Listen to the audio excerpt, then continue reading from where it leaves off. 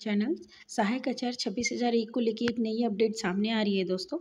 मैं आपको अपने चैनल के माध्यम से आपको सारी अपडेट की जानकारी दूंगी। Please subscribe my channel. जिला शिक्षा विभाग ने जारी किया है काउंसलिंग नोटिस। ये काउंसलिंग नोटिस में कुछ महत्वपूर्ण बिंदुओं के बारे में बात की गई है दोस्तों। ये बिंदुओं में क्या है, किस बारे में बात है, ये सब मैं आपको अपनी वीडियो में बताऊँगी। वीडियो में बने रहें। काउंसलिंग के लिए कुछ महत्वपूर्ण बिंदुएं हैं। इन्हीं बिंदुओं के आधार पर नियुक्ति की प्रक्रिया को पूरी की जाएगी। जिला शिक्षा साक्षरता विभाग ने ये एक नोटिस जारी करते हुए इसके बारे में अपडेट दी है। मैं आपको डायरेक्ट ले चलती हूँ उस नोटिस की तरफ। आइए, तो आप देख रहे हैं दोस्तों, मैं थोड़ी सी जूम कर दूं। देखिए, झारखंड सरकार स्कूली शिक्षा एवं साक्षरता विभाग, उमा शंकर सिंह सरकार के सचिव, ये देखिए, ये उनके द्वारा उनको लिखा गया है लेटर। अब मैं आपको डायरेक्ट ले चलती हूँ कि ये क्या है, विषय बता देती हूँ। झारखंड कर्मचारी चयन आयोग द्वारा आयोजित झारखंड प्रारंभिक विद्यालय प्रशिक्षित सहायक आचार्य संयुक्त प्रतियोगिता परीक्षा 2023 के सफल एवं अनुशंसित अभ्यर्थी का जिला स्तरीय काउंसलिंग एवं नियुक्ति के संबंध में, देखिए, यहाँ डायरेक्ट कहा गया है कि नियुक्ति के संबंध में मतलब आगे सारी प्रक्रिया को बढ़ाया जाए। अब इसमें मेनली क्या बात है दोस्तों, ये मैं पूरा पढ़ूंगी तो बहुत ज़्यादा टाइम वेस्ट होगा, जो आपके लिए भी सही नहीं है। मैं आपको मेन टू द पॉइंट समझाती हूँ कि नियुक्ति प्रक्रिया जब होगी तो क्या क्या चीज़ चाहिए और क्या क्या होगा उसमें। मैं आपको देखो बताती हूँ। माननीय न्यायालय द्वारा यह आदेशित कि झारखंड कर्मचारी आयोग से अनुशंसा प्राप्त होने के बाद यथाशीघ्र नियुक्ति प्रक्रिया पूर्ण कर विद्यालय में पदस्थापन कर ली जाए। देखिए, यहाँ पे डायरेक्ट क्लियरली कहा गया है दोस्तों कि जल्दी से जल्दी ज्वाइनिंग दिया जाए, ठीक है। और इसके लिए वहाँ पे काउंसलिंग प्रक्रिया में क्या क्या होगी वो देखिए।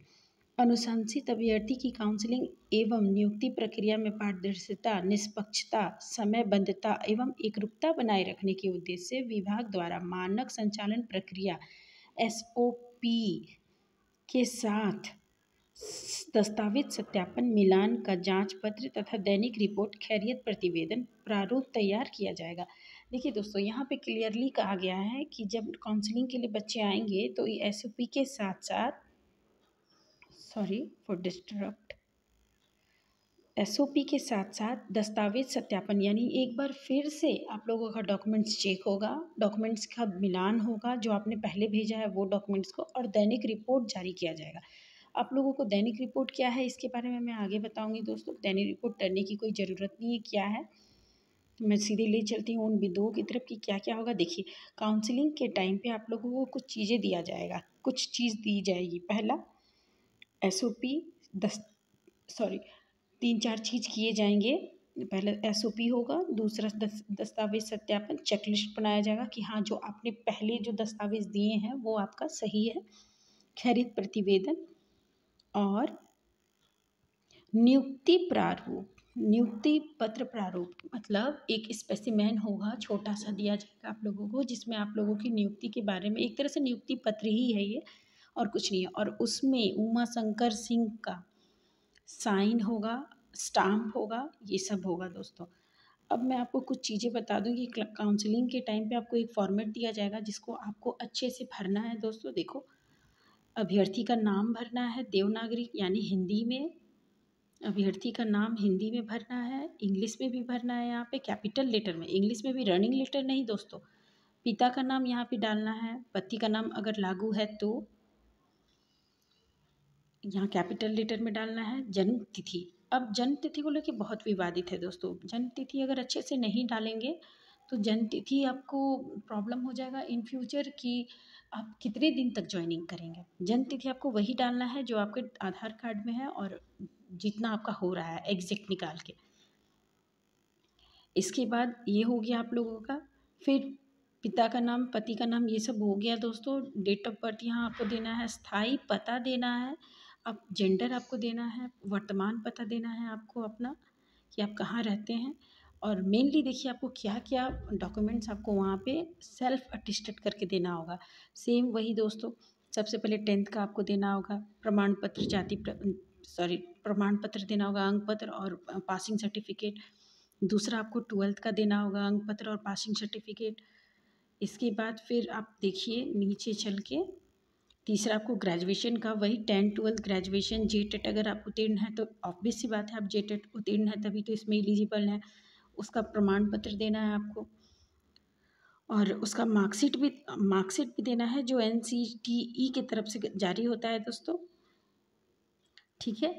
और इसके बाद आप देखिए यहाँ पे आपको जाति प्रमाण पत्र देना है जो आपने उस टाइम पे दिया था जब आपकी डॉक्यूमेंट वेरिफिकेशन हुई थी। और एक सबसे इम्पॉर्टेंट बात दोस्तों जो कि महिला अभ्यर्थी लोग पूछ रही थी कि पिता के नाम पर ही निर्गत जाति प्रमाण पत्र ही मान्य होगा। देख लीजिए, यानी अगर कोई पति के नाम पे बनाया है तो वो इनवैलिड हो जाएगा, ठीक है। स्थानीय प्रमाण पत्र देखिए दोस्तों, स्थानीय प्रमाण पत्र ये 2/6/2016 के पूर्व किसी भी स्तर का निर्गत स्थानीय निवासी पर मान्य नहीं होगा। देखिए दोस्तों यहाँ पे साफ साफ कह दिया है कि 2016 के पहले का कोई भी आप SDO से बनाए, डिस्ट्रिक्ट मजिस्ट्रेट से बनाए, DC से बनाए, किसी से भी बनाए वो मान्य नहीं होगा, ठीक है। ये सब चीज़ आपको वहाँ पे जमा करना है दोस्तों। मैंने फिर अगर आय प्रमाण पत्र है, अगर आपने EBC दिया है या ये BC1 दिया है जिसमें जिसमें जिसमें आय प्रमाण पत्र लगता है या आपने DV के टाइम पे दिया है तो उसमें आपको आय प्रमाण पत्र देना होगा दोस्तों। अगर दिव्यांग सर्टिफिकेट है आपने उसको डाला है, उस कोटि से अगर आप जेटेट पास किए हैं तब आपको वो देना ज़रूरी हो जाता है। खेल कूद वाले अगर हैं, अगर आपने उसको दिया है तो उसको भी देना ज़रूरी है, ठीक है दोस्तों। इतना होने के बाद झारखंड कर्मचारी यानी जो एग्ज़ाम हुआ था उसका आपका एडमिट कार्ड होगा ना, वो भी आपको सारा पाँचों दोस्तों, यहाँ दोस्तों 1 से लेके 4 पेपर हुआ था, चारों पेपर का आपको एडमिट कार्ड देना होगा। और ये सब जमा करने के बाद ये सब सारा ये कुछ नहीं है दोस्तों। जो जेटेट है ना, जेटेट आपने दिया है वो मार्कशीट आपको देना पड़ेगा और कुछ नहीं।